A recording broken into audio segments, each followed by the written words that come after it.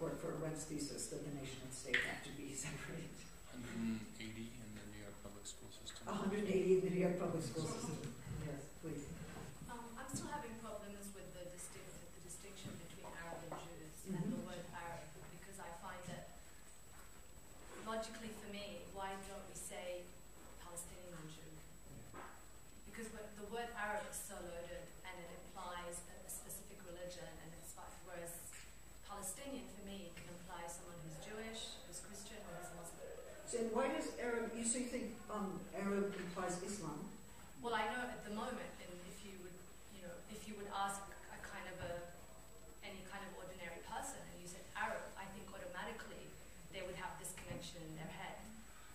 But wouldn't that be something we should fight against? I agree. No, definitely. But I'm just wondering why in the readings, yes, there is this distinction between Arab and Jew, and the word Palestinian isn't, not between Palestinian and Jew, for example. Yeah. Do you know what I mean? Yeah. And also there are a lot of people who live in the Arab world who would be offended to be called Arabs because they might have an Assyrian heritage or a Kurdish heritage. So for them, their identity, being Arabic wouldn't be their identity. I mean, yes, they might speak the language. right. They might belong to a similar culture, but they would not regard themselves as Arabs. Yes. I mean, one of the problems, well, I think it's a good point, and I think it's open to interesting debate. I think there are Arab nationals that also live in the occupied territories who are not necessarily Palestinians. And so for instance, recent restrictions on travel have included Arab nationals in addition to Palestinians. So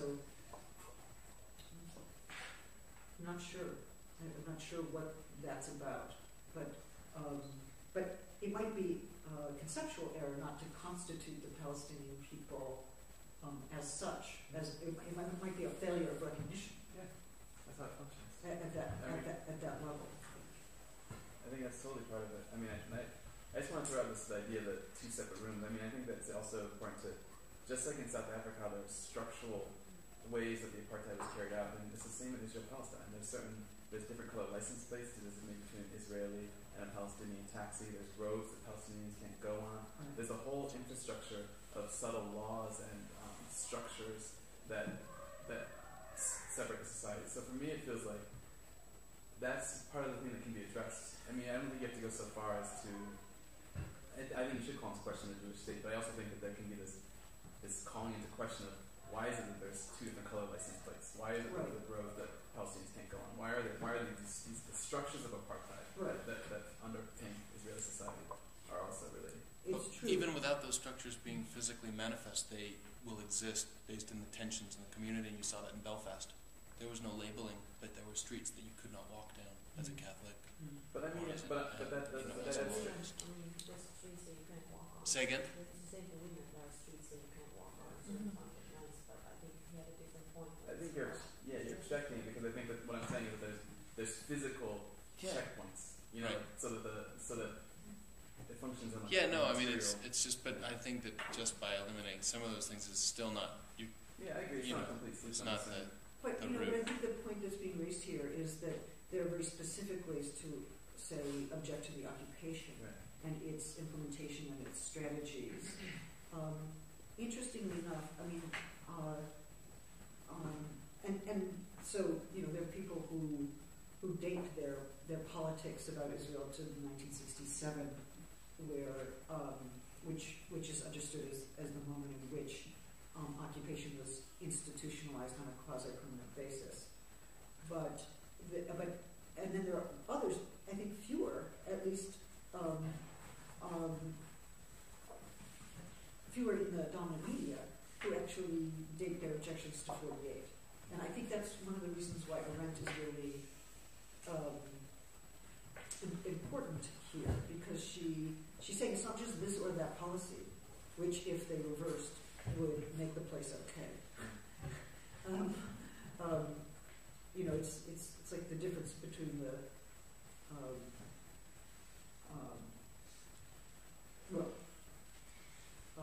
it's a much much more radical critique of the founding. Right. No, I agree with that critique on this. Which, and which I think Raz Kropotkin also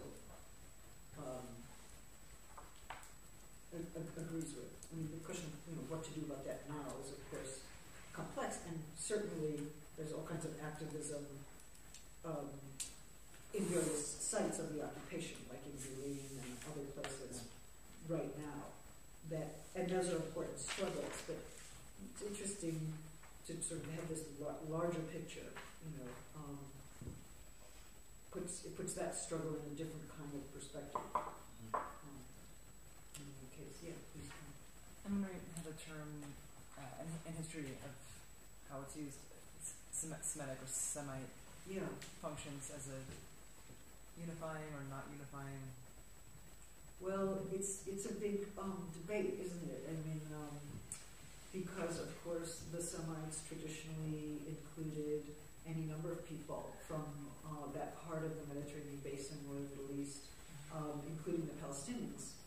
So the debate that Said and others have had with those who make the accusation of anti-Semitism is that it assumes that Semites are Jews. But that's in fact never been the case. And so to turn the tables, as he tried to do, and say, actually, we're cousins, really, it was not well received. But I thought it was actually really smart. It just seems so. It's very strange. Look, the language here is so vexed, right? We barely know what words to use. Like, can we say Semite? Can we say Arab? Can we say Jew? Can we say Palestine? What do we? Every word has been used and overused to the point where we're not sure whether it can be used again, or we could use it in a different way, or whether we can recover its earlier meaning, or whether we need to accept contemporary usage and plot ourselves in relationship to that. Yeah. Can I just make a really quick comment? Yeah. Before Edward Said said that we're cousins, my grandmother said it before 1948. I'm glad to know. And she said it to me, after 1948. So no, I of course, no. I mean, she lived in Palestine, and her neighbors were Jewish. So when I say Said said it, I'm only saying that Said made this. No, good on him. But I'm just saying that there were people who, just ordinary people who had that same kind of. Well, I actually think that's what he was saying. He's saying, look, common usage is the following, and you should know that people in various places all over the world use it this way. He wasn't saying, I'm making the meaning, I'm establishing the semantic meaning of this moment. Right. So, of course. And thank you. Yeah. It seems at a certain point that it's asking us to move beyond language, primarily, because there's so many conflicts that are inherent with translation, and that it's not just with this particular issue, but perhaps with most issues that we have right now in contemporary society, because there's so many overlappings that it can't be about language anymore. But there's an interesting politics of language that we could think about also in this respect, which would take us down a whole other route, which is about bilingualism or about translation. And of course, Palestinians have to learn a fair amount of Hebrew to get by in relationship to checkpoints and whatever contact they have with dominant Israeli society, and they invariably do, since that's where the economic wealth is. But most Israelis have not sought to learn Arabic, and it's interesting, it's significant, and it also, I think, actually participates in the cultural conflict.